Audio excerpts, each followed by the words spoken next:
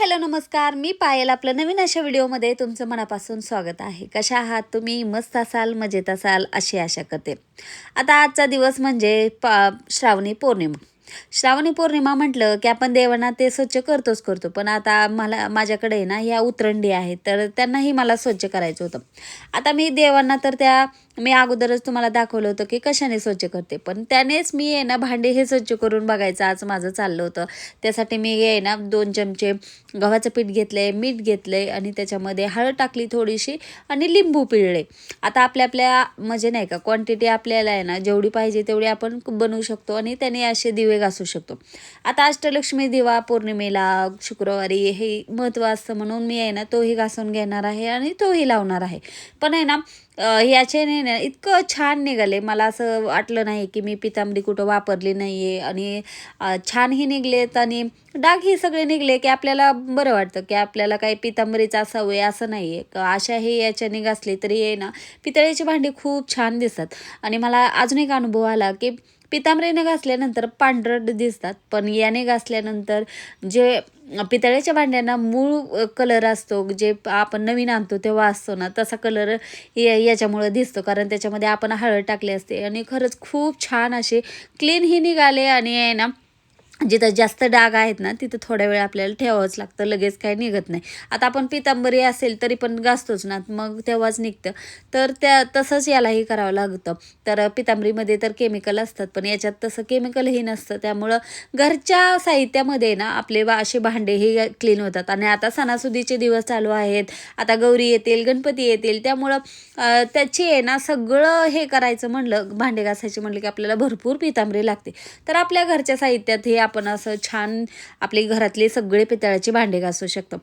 तर पौर्णिमेला आपण देवीच्या सगळ्या सेवा करत असतो, तर आहे ना त्याच्यात कुंकुमार्चन आलं आणि देवघरामध्ये आहे ना ज्या उतरंडी असतात त्याही भरल्या जातात. आता शुक्रवारी कोण कोण भरतं, पण शुक्रवारपेक्षा आहे ना पौर्णिमेला मी आवर्जून भरते. आता याच्यामध्ये काय टाकायचं तर मी तुम्हाला दाखवलं. याच्यामध्ये गहू टाकते, ज्वारी टाकते, तांदूळ टाकते, परत नंतर आपल्याकडे हरभरे असले तर हरभरे टाकायचे आणि त्यानंतर धने आवर्जून टाकायचे.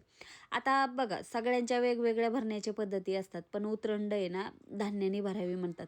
आता याच्यामध्ये कोणी कुंकू भरतं, कुंकू, हळद, तसंच पैसे भरतं, कोण धन भरतं, म्हणजे जे लक्ष्मीला गोष्टी प्रिय आहेत त्याही भरल्या जातात. आता मी तर हे ना मी पहिल्यापासून ह्याच गोष्टी बघितल्यात, तर मग मी आहे ना हेच गोष्टी भरते. तर या ज्वारी ह्याच्यात दुसऱ्या ह्याच्यात टाकली, आणि असं काही नाही की मी गहू पहिल्यांदा टाकले ज्वारी नंतर टाकली, तर नाही, आपल्या आपल्या याच्यानुसार टाकायचं. आपल्या फक्त आहे ना याच्यामध्ये 5 धान्य टाकावे असं म्हणलं जातं. आता कोणी कोणी पैसे टाकतं तेही चालत असेल, पण मला तर तेवढं माहीत नाही. पण मी जे बघते त्यात धान्य भरलेले असतात. धान्य बरकतीसाठी म्हणा की अन्नपूर्णेचा आशीर्वाद आपल्या घरावर असावा, त्यासाठी हे ना उतरंड ठेवली जाते. कारण उतरंड आहे ना आपल्या घरामध्ये उतरंडी भरलेल्या असल्या की आपल्या घरात बरकती येते असं म्हणलं जायचं अगोदरच्या काळात. त्यामुळंच आता देवघरातच उतरंड ठेवली जाते. अगोदरही ठेवायच्या, घरातही असायची, देवघरातही असायची, पण आहे ना आता देवघरात आवर्जून ठेवली जाते. आपण घरामध्ये तर डबे तेच वापरतो. तर आता उटंडीमध्ये या गोष्टी मी सगळ्या भरल्यात आणि वर आहे ना मी एक कॉईन ठेवले. आपलं आहे ना कुठलंही आपण कॉईन ठेवलं तरी चालतं. आता इथं मी 5 रुपयाचं कॉईन ठेवले. आता हे कॉईन का मी ठेवते, तर आम्ही सिटीमध्ये राहतो आणि सिटीमध्ये आहे ना असं उघड्यावर धान्य ठेवलं तर आहे ना त्याला आहे ना बुरशी लागते. त्यामुळं आहे ना उतरंडही ठेवली तरी मला आहे ना ते कॉईन मी त्यासाठी ठेवले. आणि आता मी पहिल्यांदा सांगितलं की कोण कोण पैसे ठेवते, म्हणून म्हटलं लक्ष्मीचं प्रिय आहे म्हणून ते पैसेही होईल आणि आपलं झाकणही त्याचं होईल. त्यामुळे अशा पद्धतीने उतरण जर पौर्णिमेला तर मी आवर्जून भरते. आणि एखाद्या वेळेस काय होतं हात लागतो पडतं, तर तेव्हा मग शुक्रवारीही मला भरावं लागते. आता आपण लक्ष्मीच्या सेवा या दिवशी जास्त करतो, तर त्याच्यामध्ये धनलक्ष्मी कुंजमही भरला जातो. आता धनलक्ष्मी कुंजम कसा भरायचा मी आहे ना डिटेल याच्यामध्ये नाही तुम्हाला सांगितलं, पण आहे ना ही सेवा आहे ना खरंच खूप छान आहे. या दिवशी सत्यनारायणही केला जातो, पण सत्यनारायण मी उद्याच्या व्हिडिओमध्ये करेल, कारण संध्याकाळी मी सत्यनारायण करते कधीही प्रदोष काळामध्ये. त्यामुळं सत्यनारायण नाही, पण सकाळनंच मी आहे ना असा धनलक्ष्मी कुंजमही भरून घेते. कुंचम सेवा आहे ना खरंच काय केली पाहिजे. किमान पौर्णिमेला तर आता मला शुक्रवारी वैभवलक्ष्मी व्रत असतं तेव्हा मी करायचा प्रयत्न करते. पण कधी कधी राहून जातं, तर मग तसं राहायला नको म्हणून मी आहे ना पौर्णिमेला तरी आवर्जून कुंचम भरते. तर अशी कुंचम सेवाही केली. आणि पौर्णिमा म्हटलं ना या सगळ्या सेवा करायला ना खरं वेळ जातो, पण एक प्रकारचं मनाला समाधान असतं की आपण ह्या पूजा केल्या आणि सगळं गोष्ट आहे ना समाधानावरच असते. तर आता गुरुवार होता, पौर्णिमा होती. आता पौर्णिमा 2 दिवसाची आलेली आहे. आता उद्याच्याला नारळी पौर्णिमा म्हणजे रक्षाबंधन आहे उद्या. तर पौर्णिमा दिवसभर आज होती, त्यामुळं मग मी आहे ना ज्या पौर्णिमेच्या सेवा असतात ना ते मी आहे ना आदल्या दिवशीच करून घेतल्या, म्हणजे आजच करून घेतल्या.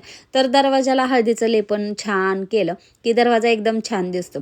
तर फुलं माझ्याकडे आहे ना प्रत्येक वेळेस मी फुलं आहे ना घरामध्ये थोडीशी एक्स्ट्रा ठेवते. पण आता काय होते, मला मार्केटला जाणं होत नाही आणि फुलं आमच्या शेजारच्या दुकानामध्ये ना खूपच तो महाग देतो. त्यामुळे ना कधी कधी देवांना माझ्याकडं फुलंच नसतात. तर मग मी मार्केटला गेले तर मग जास्तचे फुलं घेऊन येते आणि मार्केटमध्ये मला स्वस्त मिळतात म्हणून मग मी ते जास्त आणून ठेवते फ्रीजमध्ये आणि ते मला आरामात 15 दिवस तरी जातात. तर मग असं सारखं सारखं तर आपल्याला मार्केटला जाणं होत नाही, म्हणूनच मग मी थोडेसे एक्स्ट्रा घेऊन ठेवते. तर आत्ता मार्केटमध्ये जाण्याचं कारण म्हणजे बघा, आता काही सुट्ट्या नाहीत काय नाही, तरी पण आहे ना मी मार्केटमध्ये गेले तर ते म्हणजे गौरी गणपतीची आता मी आहे ना तयारी चालू केली आहे. तर गौरी गणपतीला माझ्या संग तयारी तुम्ही कशी करणार आहात मी ही तुम्हाला ते शेअर करणार आहे. गौरी गणपतीची आपण सिरीज चालू करणार आहे. त्याच्यामध्ये गौरीसाठी मी कुठल्या गोष्टी घेऊन आले आहे, गौरीसाठी आपल्याला काय काय करावं लागतं, अगोदर कुठल्या कुठल्या तयारी करून ठेवावं लागतात, जेणेकरून आपली आहे ना सणासुदीमध्ये धावपळ होणार नाही. आणि आता आपले सण म्हटलं की आपली धावपळ उडते, आपल्याला जास्त काम पडतं, पण तसं होऊ नये म्हणून आधी काय तयारी करायची हे मी सगळं येणाऱ्या व्हिडिओमध्ये तुम्हाला नक्की शेअर करेल. तर आता आहे ना गौरी गणपतीसाठी आपल्याला डेकोरेशनही लागतं आणि एकदा जाऊन मला तर काही सगळं मिळत नाही, त्यामुळं मग अगोदर आपल्याला बघावं लागतं, त्यानंतर आपण चॉईस करतो. गौरी गणपती मी आता घरीच आणणार आहे. तर गौरी गणपतीसाठी जे बॉड्या लागतात ना त्या बॉड्या मी आहे ना अशा पद्धतीने घेणार आहेत. तर आता याच्यामध्ये आहे ना कन्फ्युजन हे आहे की 2 साईजच्या बॉड्या आहेत, तर 3.5च्या आणि 4 फुटाची. पण माझ्या मुखवट्याला म्हणजे हा पितळी मुखवटा असल्यामुळं मला काही चेंज लवकर करता येत नाही. त्यामुळं या मुखवट्याला कुठलं चांगलं वाटतंय तेवढं मला कमेंट करून सांगा, कारण मला माझ्या पुढचं आहे ना हे खूप मोठं कन्फ्युजन आहे. आणि या गोष्टी अगोदर केल्या तर आपल्याला सणासुदीमध्ये ना जावं लागत नाही. आणि पुण्यामध्ये ना सण जसं जसं जवळ येईल तेव्हा खूप गर्दी राहते, त्यामुळं मग त्या गर्दीत तसंच आपल्या घरातली कामं, मग त्यामुळे ना जेवढं बाहेरची कामं आपल्याला आहे ना म्हणजे अगोदर करता येईल तेवढं मी करण्याचा प्रयत्न करते. तुम्हीही तसंच नक्की करत जावा, जेवढे बाहेरची कामं आहेत ते पहिल्यांदा करून घ्यायचं. तर या बॉड्यामध्ये माझं कन्फ्युजन आहे की 3.5 फुटाची 4 फुटाची घ्यावी. तर तुम्ही नक्की कमेंट करून सांगा की मी कुठली घ्यावी, ही छोटीवाली घ्यावी की मोठीवाली.